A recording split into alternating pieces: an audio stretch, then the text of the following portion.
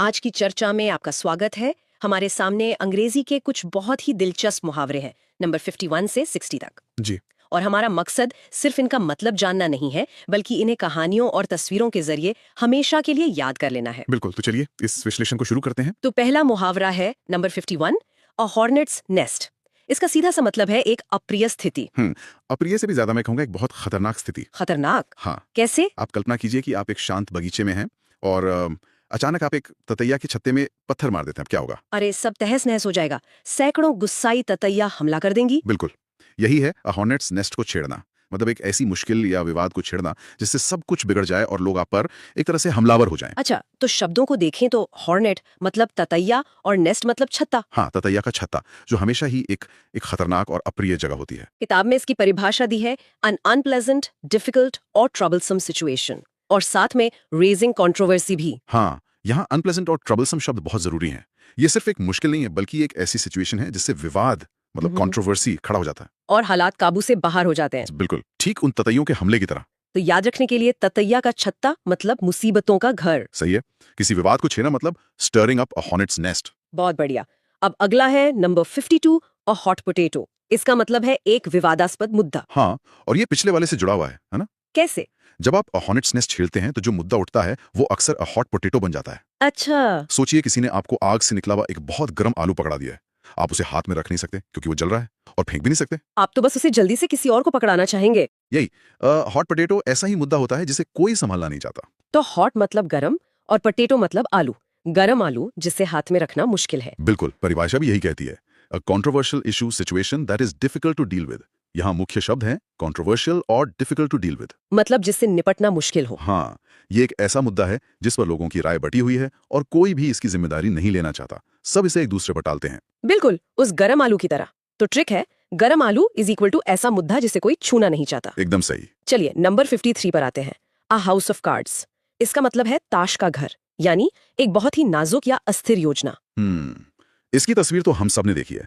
आपने कभी ताश के पत्तों से घर बनाया है? हाँ, कोशिश की है। देखने में बहुत सुंदर लगता है, लेकिन हवा का एक हल्का सा झोंका भी उसे गिरा सकता है, सब खत्म। बिल्कुल। अ हाउस ऑफ कार्ड्स ऐसी ही कोई योजना या स्थिति होती है जो बहुत कमजोर नींव पर टिकी होती है और कभी भी ढह सकती है। तो हाउस मतलब घर और कार्ड्स मतलब ताश के पत्ते। बिल्कुल। इसकी परिभाषा में भी यही बात है, अ fragile unstable situation that can easily collapse और फेल। यहाँ फ्रेजाइल मतलब नाजुक और अनस्टेबल मतलब अस्थिर। ये शब्द ध्यान देने वाले हैं। तो इसका मतलब है कि योजना की बुनियाद ही कमजोर है, एक छोटी सी गलती और सब कुछ खत्म। हाँ, तो ट्रिक सीधी है, ताश का घर इज इक्वल टू कमजोर और अस्थिर योजना। ठीक है। अगला मुहावरा है number 54, a kick in the teeth. इसका मतलब है बड़ी असफलता या निराशा। ये सुनने में बहुत दर्दनाक लगता है ना? हाँ, बहुत। सोचिए आप किसी चीज के लिए बहुत मेहनत करते हैं और पूरी उम्मीद लगाकर बैठे हैं, और अचानक आपको जोर का झटका लगता है। जैसे किसी ने आपके दांतों पर लात मार दी हो। ये बहुत अपमानजनक और दर्दनाक होता है। यही एहसास है a kick in the teeth का। हाँ, किक मतलब लात और टीथ मतलब दांत। चेहरे पर लात लगना एक गंभीर झटका है, एक अपमान है। परिभाषा में भी इसे अ ग्रेव सेटबैक और ग्रेट डिसअपॉइंटमेंट कहा गया है। यहाँ ग्रेव सेटबैक का मतलब है गंभीर झटका। ये सिर्फ एक छोटी मोटी निराशा नहीं है। नहीं। ये एक ऐसी असफलता है जो आपको बहुत ज्यादा निराश और हताश कर दे। तो ट्रिक है, दांतों पर लात इक्वल्स उम्मीदों पर गहरा आघात। बिल्कुल। अब आते हैं नंबर 55 पर, अ लेम एक्सक्यूज। इसका मतलब है एक असंतोषजनक बहाना। इसकी कल्पना करना तो और भी मजेदार है। सोचिए कोई दोस्त पार्टी में लेट आता है और कहता है कि मेरी बिल्ली ने मेरी घड़ी छिपा दी थी। क्या कोई इस पर यकीन करेगा? बिल्कुल नहीं। नहीं, ये एक बहुत ही कमजोर और बेतुका बहाना है। यही है अ लेम एक्सक्यूज। अच्छा, इसके शब्दों का मतलब, लेम का मतलब होता है लंगड़ा या कमजोर, और एक्सक्यूज मतलब बहाना। तो अ लेम एक्सक्यूज का मतलब हुआ एक लंगड़ा बहाना, एक ऐसा बहाना जो ठीक से खड़ा भी नहीं हो सकता, जिस पर विश्वास नहीं किया जा सकता। बिल्कुल। बिल्कुल, इसकी परिभाषा भी देखिए, अनसैटिस्फैक्टरी एक्सप्लेनेशन और वीक एक्सक्यूज। अनसैटिस्फैक्ट्री मतलब असंतोषजनक। हाँ, मतलब ऐसा जवाब जो किसी को संतुष्ट न कर पाए। ये एक ऐसा बहाना है जो साफ साफ झूठा या बेदम लगता है। तो ट्रिक है, लंगड़ा बहाना इज इक्वल टू अविश्वसनीय, कमजोर बहाना। एकदम सही। अगला है नंबर 56, अ लाफिंग स्टॉक। इसका मतलब है हंसी का पात्र।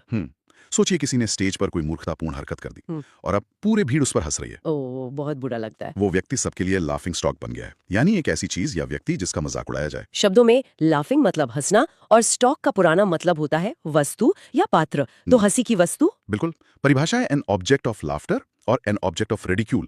यहाँ रिडिक्यूल एक महत्वपूर्ण शब्द है। इसका मतलब है उपहास करना या मजाक उड़ाना। ये सिर्फ हंसना नहीं है, बल्कि किसी को नीचा दिखाने के इरादे से उसका मजाक उड़ाना है। तो हंसी का पात्र वो इंसान है जिस पर सब मजाक उड़ाने के लिए हंसते हैं। सही पकड़ा। ठीक है, अब है नंबर 57, अ लीन पैच। इसका मतलब है असफलताओं का समय या दौर। ये तो क्रिकेट कमेंट्री में बहुत सुनते हैं हम। हाँ बिल्कुल, एक क्रिकेटर की कल्पना कीजिए जो लगातार कई मैचों में रन नहीं बना पा रहा है। तो कमेंटेटर कहेंगे कि वो ए लीन पैच से गुजर रहा है। मतलब एक ऐसा दौर जहाँ प्रदर्शन बहुत खराब चल रहा है। हाँ, यहाँ लीन का मतलब होता है दुबला पतला या जिसमें कुछ कमी हो, और पैच मतलब हिस्सा या दौर। तो जीवन या करियर का एक ऐसा दौर जिसमें सफलता की कमी हो। बिल्कुल, परिभाषा भी यही कहती है, a period of poor performance. Period मतलब समय और पुअर परफॉर्मेंस मतलब खराब प्रदर्शन। तो ये एक अस्थायी दौर होता है ना। हाँ, एक अस्थायी दौर जब चीजें ठीक नहीं चल रही होती। तो ट्रिक है दुबला पतला दौर, खराब प्रदर्शन का दौर। हाँ, अगला मुहावरा बहुत दिलचस्प है, number 58, a left handed compliment. मतलब प्रशंसा के रूप में अपमानजनक टिप्पणी। हाँ, ये बहुत मजेदार है। तारीफ के भेष में बेइज्जती। इसका कोई उदाहरण? जैसे कोई आपसे कहे, अरे आज तुम उतने थके हुए नहीं लग रहे जितने रोज लगते हो। ओ, सुनने में तो तारीफ लग रही है, पर असल में ये अपमान है कि आप रोज थके हुए लगते हैं। यही है अ लेफ्ट हैंडेड कॉम्प्लीमेंट। अच्छा, इसके पीछे लेफ्ट हैंड का क्या लॉजिक है? पुराने जमाने में लेफ्ट हैंड मतलब बाएं हाथ को अशुभ या गलत माना जाता था।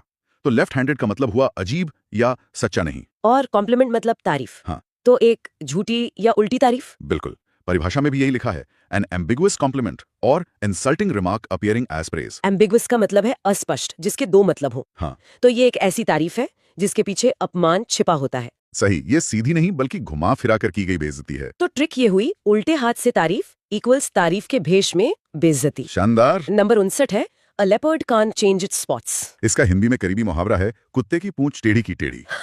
बिल्कुल, मतलब किसी का मूल चरित्र बदलना असंभव है। इसकी कल्पना तो बहुत सीधी है।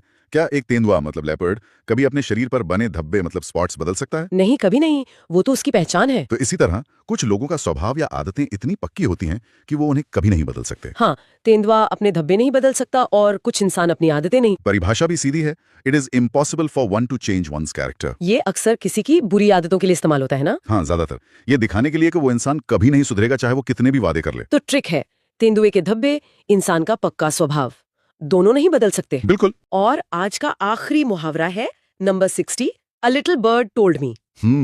इसका मतलब है अपने मुखबिर की पहचान गुप्त रखने का एक तरीका। ये बहुत प्यारा तरीका है ना। हाँ, जब कोई आपसे पूछता है तुम्हें ये बात कैसे पता चली, और आप बताने वाले का नाम नहीं लेना चाहते, तो आप मजाक में कह सकते हैं, a little bird told me, मतलब एक छोटी सी चिड़िया ने मुझे बताया। ये कहने का एक तरीका है कि मुझे ये बात एक गुप्त सोर्स से पता चली। हाँ, लिटिल बर्ड मतलब छोटी चिड़िया, जो एक काल्पनिक सोर्स है।